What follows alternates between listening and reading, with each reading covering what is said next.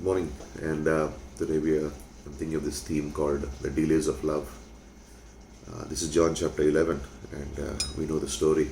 A certain man is sick, named Lazarus of Bethany, the town of Mary and her sister Martha. And it is Martha which is who anointed the Lord with ointment, wiped his feet with her hair, whose brother Lazarus is sick. And therefore the sister sent to him, saying, Lord, behold, the one you love is sick. And Jesus heard and said, the sickness is not unto death, but for the glory of God, and the Son of God might be glorified. And verse 5 says, and now Jesus loved, Martha, her sister, and Lazarus. And so the sisters have sent a word saying, Jesus, Lazarus is sick. What were they expecting? Obviously, that he will, maybe jump on a bike and come quickly, sit on a horse and just, come quickly, because the one whom he loves are sick.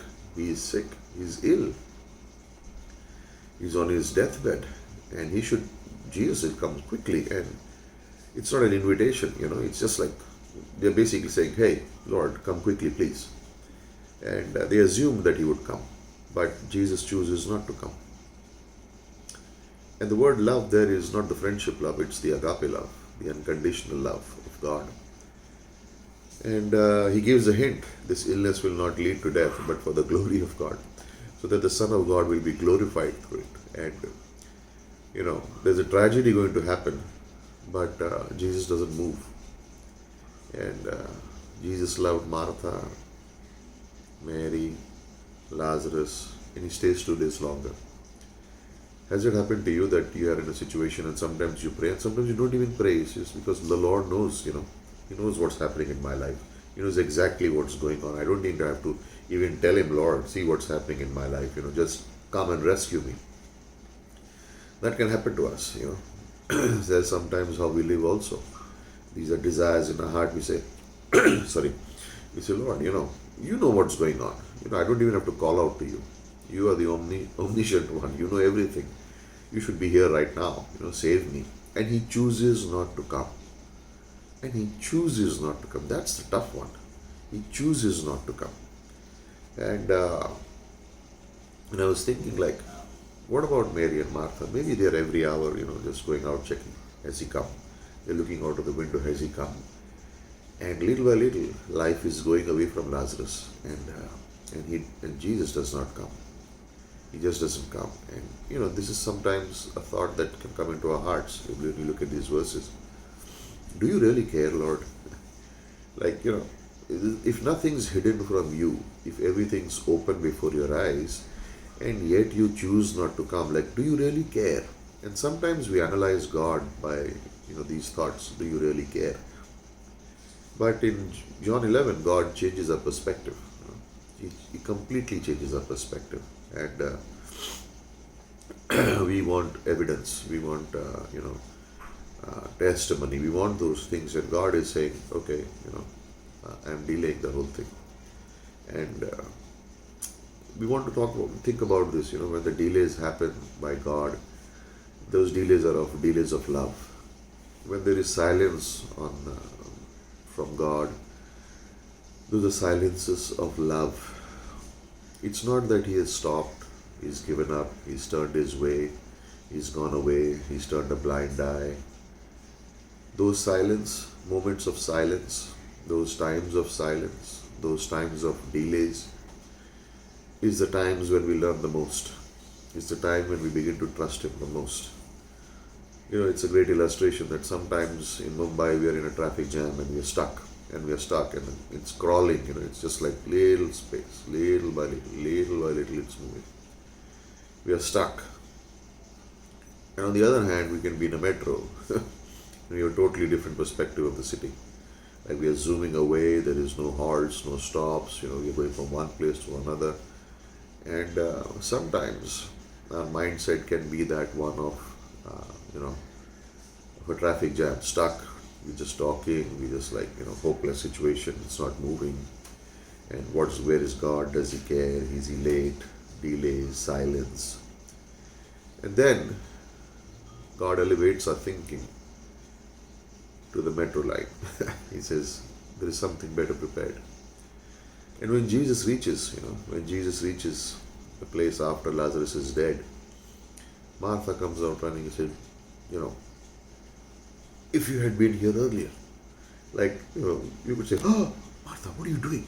This is the Lord. You don't talk to the Lord this way. Well, you do. You do. Pour out your heart to him.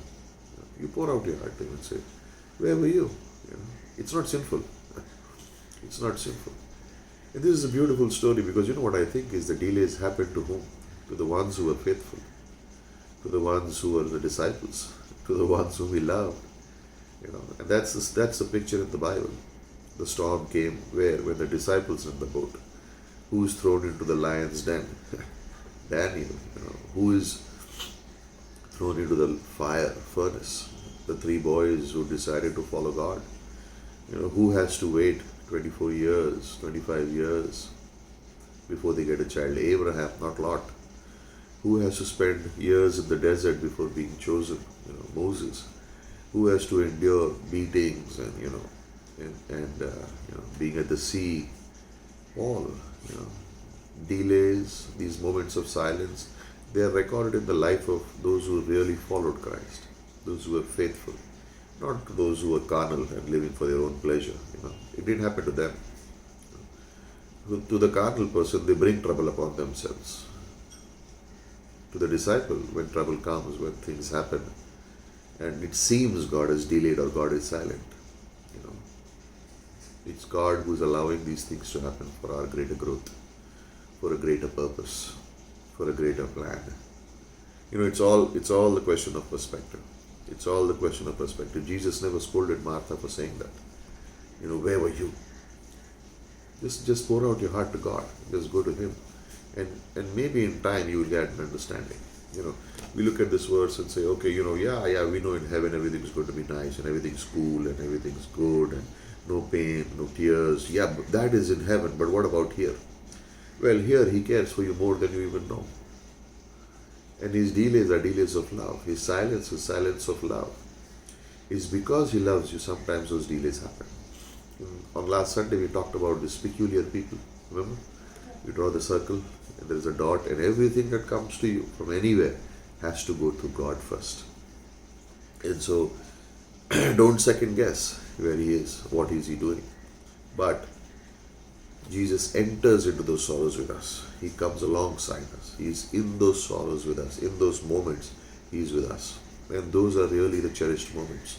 Those are really the real moments. He understands us more than and better than we understand ourselves. And when you look at this scripture, what is happening in the end? There is joy, there is peace, there is resurrection life. The delays don't matter anymore now.